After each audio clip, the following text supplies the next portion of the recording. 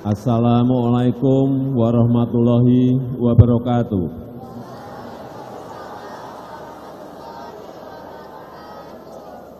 Selamat pagi, salam sejahtera bagi kita semuanya. Shalom, Om Swastiastu, Namo Buddhaya, salam kebajikan. Yang saya hormati Ketua dan Pimpinan lembaga-lembaga negara, hadir bersama kita Ketua MPR RI, yang saya hormati para Menteri Kabinet Indonesia Maju, yang mulia para duta besar negara-negara sahabat, yang saya hormati Gubernur Sumatera Utara beserta para gubernur dan para bupati, wali kota yang hadir, yang saya hormati Ketua Dewan Pers, Ibu Nini Rahayu, beserta seluruh jajaran pengurus Dewan Pers, yang saya hormati Ketua PWI Pusat, Bapak Atal Estepari, beserta seluruh jajaran pengurus, yang saya hormati Panglima TNI dan Kapolri, beserta seluruh kepala staf yang hadir, kepala staf Angkatan Darat, Angkatan Laut, dan Angkatan Udara, yang saya hormati tokoh pers, rekan-rekan wartawan, hadirin dan undangan yang berbahagia. Pertama-tama, atas nama rakyat, atas nama pemerintah, saya menyampaikan selamat Hari Pers kepada seluruh insan pers Indonesia dimanapun Bapak, Ibu, dan saudara-saudara berada. Sekaligus mengucapkan terima kasih kepada pers nasional atas kontribusinya kepada bangsa dan negara. Sejak awal, awak media berkontribusi besar dalam menyuarakan ajakan perjuangan kemerdekaan, menyuarakan inovasi-inovasi pembangunan, dan menjadi penopang utama demokratisasi. Dan saya punya pengalaman pribadi yang dalam dan bersahabat dengan insan pers. Sejak menjadi wali kota, menjadi gubernur, dan menjadi presiden. Saya kesana kemari, runtang-runtung, saya jalan bareng ke kampung, ke pasar,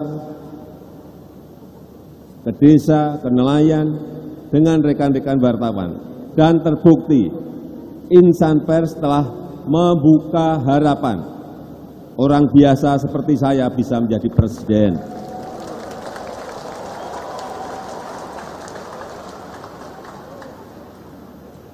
Bapak Ibu insan pers yang saya banggakan, pada hari peringatan Hari Pers Nasional sekarang ini, saya ingin mengatakan bahwa dunia pers tidak sedang baik-baik saja. Saya ulang. Dunia pers tidak sedang baik-baik saja. Dulu, isu utama dunia pers adalah kebebasan pers. Selalu itu yang kita suarakan. Tapi sekarang apakah isu utamanya tetap sama? Menurut saya sudah bergeser. Karena kurang bebas, apalagi kita sekarang ini. Pers sekarang ini mencakup seluruh media informasi yang bisa tampil dalam bentuk digital.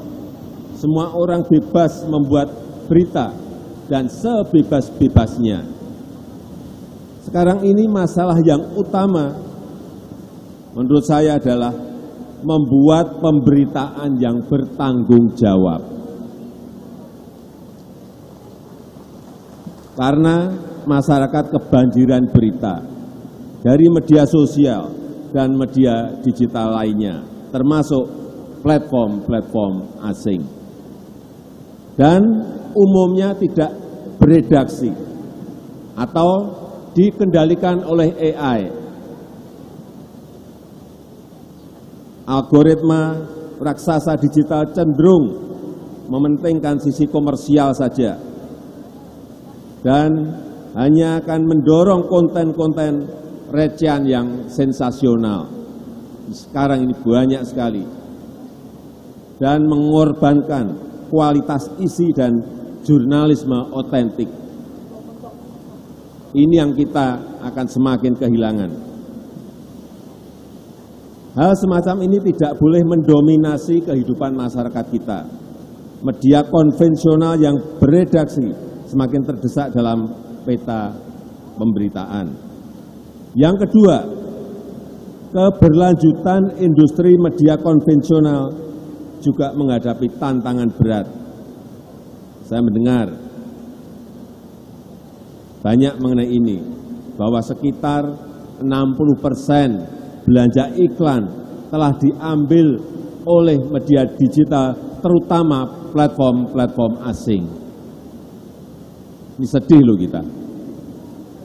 Sehingga tadi malam saat makan durian, saya mengundang beberapa tokoh insan pers untuk berbicara mengenai ini. Kita tahu bahwa Menkominfo baru saja mengajukan izin prakarsa mengenai rancangan Perpres tentang kerjasama perusahaan platform digital dengan perusahaan pers untuk mendukung jurnalisme yang berkualitas. Tapi ada usulan lain, rancangan Perpres tentang tanggung jawab perusahaan platform digital untuk mendukung jurnalisme yang berkualitas. Saran saya, bertemu, kemudian dalam 1 bulan ini harus selesai mengenai Perpres ini. Jangan lebih dari 1 bulan. Nah, saya akan ikut nanti dalam beberapa pembahasan mengenai ini. Sekali lagi, sekitar 60% belanja iklan telah diambil oleh media digital, terutama platform-platform asing. Artinya apa? Sumber daya keuangan media konvensional akan semakin berkurang terus. Larinya pasti ke sana. Dan sebagian sudah mengembangkan diri ke media digital, tetapi dominasi platform asing dalam mengambil belanja iklan ini telah menyulitkan media dalam negeri kita.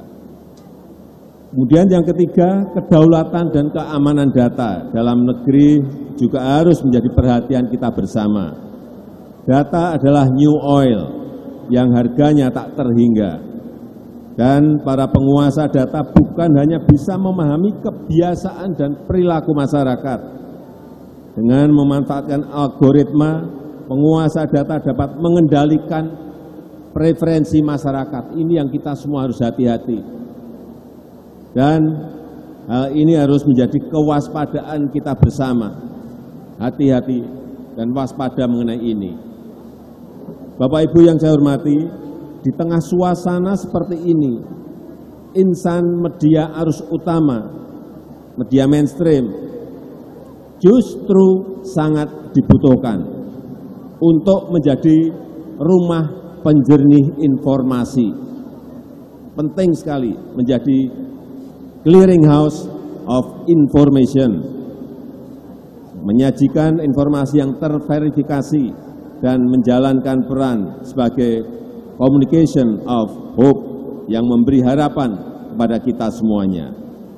Peran utama media kini semakin penting untuk mengamplifikasi kebenaran dan menyingkap fakta, terutama di tengah keganasan post-truth, pasca fakta dan pasca kebenaran. Media arus utama diharapkan mampu menjaga dan mempertahankan misinya untuk mencari kebenaran, searching the truth, dan membangun optimisme.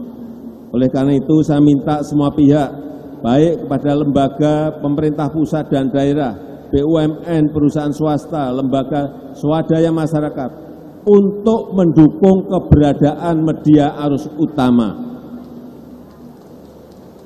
Memang untuk bisa eksis berkelanjutan media arus utama harus melakukan inovasi-inovasi, harus adaptif terhadap teknologi dan melakukan langkah-langkah strategis. Namun media massa tidak boleh dibiarkan berjalan sendiri. Pemerintah dan semua pemangku kepentingan harus memberikan dukungan. Terakhir, memasuki tahun politik, media massa harus tetap berpegang teguh pada idealisme, objektif, dan tidak tergelincir dalam polarisasi. Media harus mendorong pelaksanaan pemilu 2024 supaya berjalan jujur dan adil serta meneguhkan persatuan Indonesia. Media massa harus tetap menjadi pilar demokrasi yang keempat dan menjadi referensi utama bagi masyarakat dalam mendapatkan informasi. Saya rasa itu yang penting saya sampaikan. Terima kasih. Wassalamualaikum warahmatullahi wabarakatuh. Selanjutnya kepada Bapak Presiden dimohon berkenan melakukan pengetikan tulisan HPN pada